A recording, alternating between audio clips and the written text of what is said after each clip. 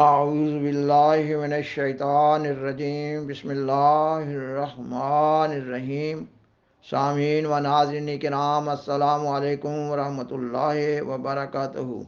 سیدنا حضرت خلیفۃ المسیح الخامس ایدہ اللہ تعالی بنصر العزیز نے 11 ستمبر 2022 بروز اتوار مجلس خدام الاحمدیہ UK کے سالانہ اجتماع سے خطاب فرمایا۔ آپ نے اپنے اس خطاب میں خدام الاحمدیہ کے لیے انتہائی ضروری امور بیان فرمائے۔ ان بیان فرمودہ امور میں آپ نے خدام الاحمدیہ کو اسلام کے بنیادی اور اعلیٰ ترین خلق سچائی پر قائم ہونے کی بطور خاص نصیحت فرمائی۔ احباب جماعت کی بھاری اکثریت بالخصوص خدام نے آپ کے اس خطاب کو بغور سنا ہوگا اور آپ کے خطاب کی روشنی میں اپنا اپنا جائزہ بھی لیا ہوگا۔ احباب جماعت سے درخواست ہے کہ اس خطاب کو پھر سنیں اور غور فرمائیں کہ ہمارا قدم سچائی کے کس مقام پر ہے۔ سامعین و ناظرین کرام، سچ تمام اخلاق کا سرچشمہ خلق ہے، یعنی اسلام کا ایسا بنیادی خلق ہے جس کو اختیار کرنے سے ایک انسان کو یہ توفیق ملتی ہے کہ وہ تمام اخلاق حسنہ کو اپنی زندگی کا حصہ بنائے۔ سچ میں ایک لازوال طاقت ہے۔ سچ کے بالمقابل جھوٹ ایک انتہائی برا خلق ہے۔ جس شخص کو جھوٹ کی عادت ہو وہ کئی ایک برے اخلاق میں گرفتار ہو جاتا ہے۔ جھوٹ بولنے والا انسان کبھی بھی نیکی کے اعلیٰ مقام کو حاصل نہیں کر سکتا۔ جو انسان ایک دفعہ جھوٹ بولنے کی عادت میں مبتلا ہو جائے وہ آسانی سے اس بری عادت سے نجات نہیں پا سکتا۔ کسی بھی انسان کے بچپن ہی سے اس میں جھوٹ اور سچ در آتا ہے۔ ماں باپ کے اخلاق و عادات سے بچہ متاثر ہوتا ہے، بلکہ حقیقت تو یہ ہے کہ ہر بچے میں پیدائشی طور پر یا یہ کہ پیدائش کے وقت سے ہی اپنے ماں باپ کے اخلاق و عادات کا ایک حصہ ہوتا ہے، اور پھر ایک بچہ اپنے ماحول سے متاثر ہوتا ہے۔ اس لیے کہا جاتا ہے کہ بچے کی اول درسگاہ ماں کی گود ہے۔ سچ اور جھوٹ کی عادات کے راسخ ہونے میں ہر انسان کا بچپن انتہائی اہم ہوتا ہے۔ والدین کو چاہیے کہ وہ اپنے بچوں میں ان کے بچپن سے ہی سچ کی عادت راسخ کرنے کی کوشش کریں۔ بچوں کے بچپن میں سچ کی عادت کا راسخ کرنا انتہائی آسان ہوتا ہے، کیونکہ یہ ایک فطرتی امر ہے۔ اگر ماں باپ کی زندگی میں توازن ہو، یعنی ماں باپ میں صحت مند عادات ہوں اور وہ خود سچائی کے اعلیٰ مقام پر فائز ہوں تو بچے خود بخود اس اچھے خلق کو سیکھتے چلے جاتے ہیں۔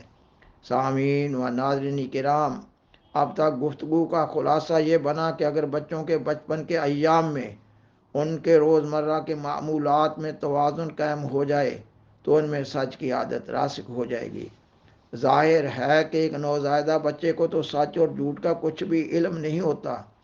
اس لیے کہا جاتا ہے کہ بچوں میں سچ اور جھوٹ کی عادت ان کی دیگر عادات سے بن رہی ہوتی ہیں، یعنی ان کے کھانے پینے سے، سونے جاگنے سے، ان کو صاف ستھرا رکھنے میں، نہلانے دہلانے سے، توازن قائم کرنے سے، اور پھر بچے کو اس کی عمر کے مطابق کھلونے وغیرہ دینے سے۔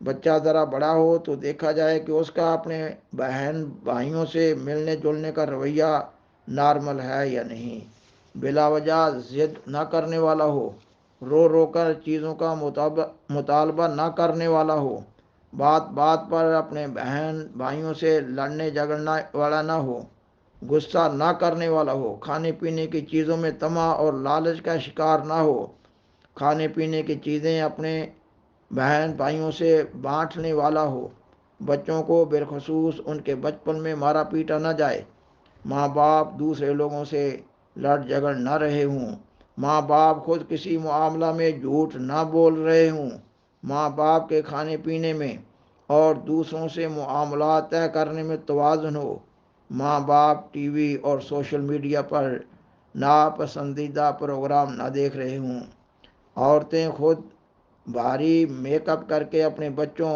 بالخصوص اپنی لڑکیوں اور بیٹیوں کو کوئی منفی پیغام نہ دے رہی ہوں، والدین شاعر اللہ کا احترام کرنے والے ہوں، نماز با جماعت کے پابند ہوں، تلاوت قرآن مجید کرنے والے سیدنا حضرت محمد صلی اللہ علیہ وسلم پر کثرت سے دروشی پڑھنے والے، اللہ تعالیٰ کی نعمتوں کا شکر ادا کرنے والے ہوں اور مطالعہ کتب کے عادی ہوں، نظام جامعات کے اغراض و مقاصد کو اپنی ذات میں پورا کرنے والے ہوں، اور سیدنا حضرت خلیفۃ المسیح ایدہ اللہ تعالیٰ بنصر العزیز سے تعلق عقیدت و محبت رکھنے والے ہوں۔ سامعین و ناظرین کرام، اللہ تعالیٰ قرآن مجید کی سورۃ الحج کی آیت 31 میں فرماتا ہے، فَإِجْتَنِبُوا الرِّجْسَ مِنَ الْأَوْثَانِ وَاجْتَنِبُوا قَوْلَ الزُّورِ، یہ کہ پس بتوں کی پلیدی سے پرہیز کرو اور جھوٹ کہنے سے بچو۔ اس آیت میں بتوں کی پلیدی اور جھوٹ کو اکٹھے ذکر کیا گیا ہے۔ یہ کہ جھوٹ بولنا بھی شرک ہے، کیونکہ جھوٹ بولنے والا اللہ تعالیٰ کے مقابل جھوٹ کو ایک بت کے طور پر پیش کر رہا ہوتا ہے۔ جھوٹ کے نقصانات کا پورے طور پر احاطہ نہیں کیا جا سکتا۔ جب ایک شخص مسلسل جھوٹ بولتا چلا جاتا ہے تو اس کی روحانیت تباہ و برباد ہو جاتی ہے، اور جس شخص کے خلاف جھوٹ بولا جاتا ہے اس کو اس جھوٹ سے ناقابل تلافی نقصان پہنچ رہا ہوتا ہے۔ ایک شخص ایک دوسرے شخص کے خلاف جھوٹ بول کر معاشرہ میں اس شخص کو ذلیل و خوار کرنے کا ارتکاب کر رہا ہوتا ہے۔ جھوٹا شخص اپنے جھوٹ سے ایک اچھے بھلے انسان کو دوسروں کی نظر میں گرا رہا ہوتا ہے۔ اس طرح جھوٹ بولنے والا جس شخص کے خلاف اس کی غیر حاضری میں جھوٹ بول رہا ہوتا ہے تو وہ جھوٹ بولنے والا اس شخص کے خلاف غیبت اور بہتان کا بھی ارتکاب کر رہا ہوتا ہے۔ اس طرح جس شخص کے خلاف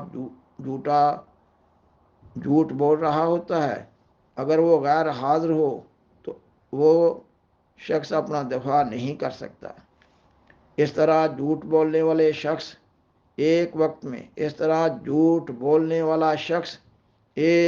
میں کئی ایک گناہوں کا ارتکاب کر رہا ہوتا ہے۔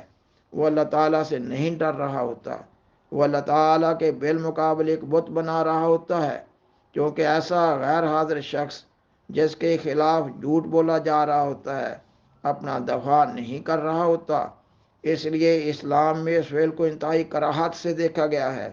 سیدنا حضرت محمد صلی اللہ علیہ وسلم فرماتے ہیں کہ غیبت کرنے والا شخص اپنے مردہ بھائی کا گوشت کھاتا ہے۔ الغرض جھوٹ کی کئی ایک شکلیں ہیں اور جھوٹ کے بد اثرات کا احاطہ نہیں کیا جا سکتا۔ سیدنا حضرت محمد صلی اللہ علیہ وسلم نے شرک کے بعد سب سے بڑا گناہ جھوٹ بولنے کو قرار دیا ہے۔ سامعین و ناظرین کرام، اپنے بچوں کو بطور خاص یہ بات بھی بتانے کی ضرورت ہے کہ سچ بولنے سے یہ مراد نہیں ہے کہ جو بھی معاشرہ میں ہوتا دیکھو اس کو بلا روک ٹوک بیان کرتے چلے جاؤ۔ یعنی یہ کہ یہ سچ نہیں ہے کہ لوگوں کے عیب جن سے تم واقف ہو گئے ہو دوسرے لوگوں کو بتاؤ۔ بچوں کو یہ بتانے کی ضرورت ہے کہ جھوٹ نہ بولو اور سچ بولو۔ اس سے صرف یہ مراد ہے کہ جب صحیح ضرورت کے تحت بات کرو تو تمہاری زبان پر سچ ہی آئے، جھوٹ نہ آئے۔ مثلا جب کسی نظام کے تحت کسی گواہی کے لیے بلایا جائے، پھر انتہائی احتیاط سے اتنی بات کرو جتنی پوچھی گئی ہے، اور بلا وجہ دوسروں کے عیب کی تشہیر نہ کرو۔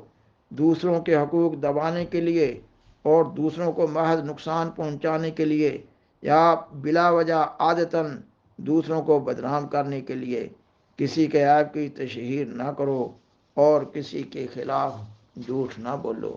اور یہ بھی دیکھا گیا ہے کہ کئی ایک لوگ ضرورتاً بھی سچ نہیں بولتے، یعنی یہ کہ سچی گواہی نہیں دیتے۔ وہ ڈرتے ہیں کہ انہیں نقصان ہوگا یا دوسروں سے تعلقات خراب ہو جائیں گے۔ اللہ تعالیٰ سورۃ الفرقان کی آیت 71 اور 72 میں سچ بولنے کی تلقین کرتے ہوئے فرماتا ہے کہ اللہ کا تقوی اختیار کرو، یعنی اللہ سے ڈرتے رہو اور ہمیشہ صاف سیدھی بات کیا کرو۔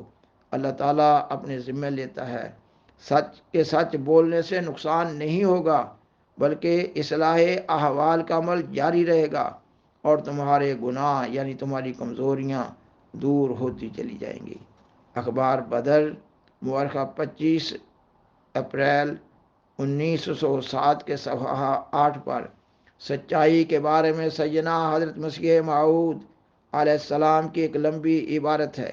خاکسار اس عبارت کا خلاصہ اس طرح بیان کرتا ہے کہ سیدنا حضرت مسیح موعود علیہ السلام کے بقول جس طرح ایک چور روشنی میں نہیں ٹھہر سکتا، اسی طرح اگر ایک انسان سچائی کے اعلیٰ مقام پر ہو تو اس کے دل میں جھوٹے اور خیانت کرنے والے شخص کے بارے میں نفرت پیدا ہو جاتی ہے۔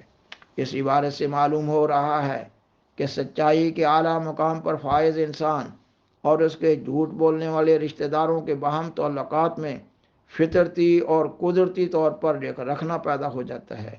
سیدنا حضرت مسلم موعود رضی اللہ تعالیٰ عنہ، جنہوں نے مجلس خدام الاحمدیہ کی بنا ڈالی، آپ سچائی کو قائم کرنے کے سلسلہ میں بہت حساس تھے۔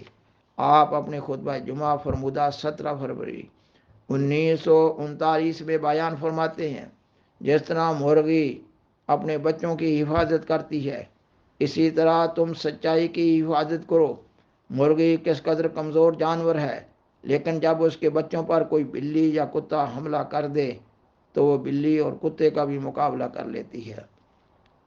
جس طرح وہ اپنے بچوں کی حفاظت کرتی ہے، اسی طرح تم سچ کی حفاظت کرو۔ آپ فرماتے ہیں، جب تم اس مقام کو حاصل کر لو گے تو تمہاری تبلیغ کا اثر اتنا وسیع ہو جائے گا کہ اس کی کوئی حد ہی نہیں، اور تم ہزاروں عیوب قوم میں سے دور کرنے کے قابل ہو جاؤ گے۔ تربیت اولاد کے سلسلہ میں سیدنا حضرت مسلم موعود رضی اللہ تعالیٰ عنہ ایک انتہائی ضروری انتباہ بار بار اپنے خطبات میں کرتے رہے ہیں کہ تربیت اولاد کی تمام احتیاطوں کے ساتھ ساتھ اپنی اولاد کو بری صحبت سے بچاؤ۔ اگر کوئی بچہ بری صحبت کا شکار ہو جائے تو والدین کی ساری عمر کی محنت 1 منٹ میں ضائع ہو جاتی ہے۔ سامعین و ناظرین کرام، بالآخر درخواست ہے کہ اس پروگرام کو اپنے زیر تبلیغ دوستوں اور فیملی ممبر سے شیئر کریں اور آذرہ کرم اس چینل کو سبسکرائب کریں۔ جزاکم اللہ تعالی احسن الجزاء وآخر دعوانا ان الحمدللہ رب العالمین۔ شکریہ۔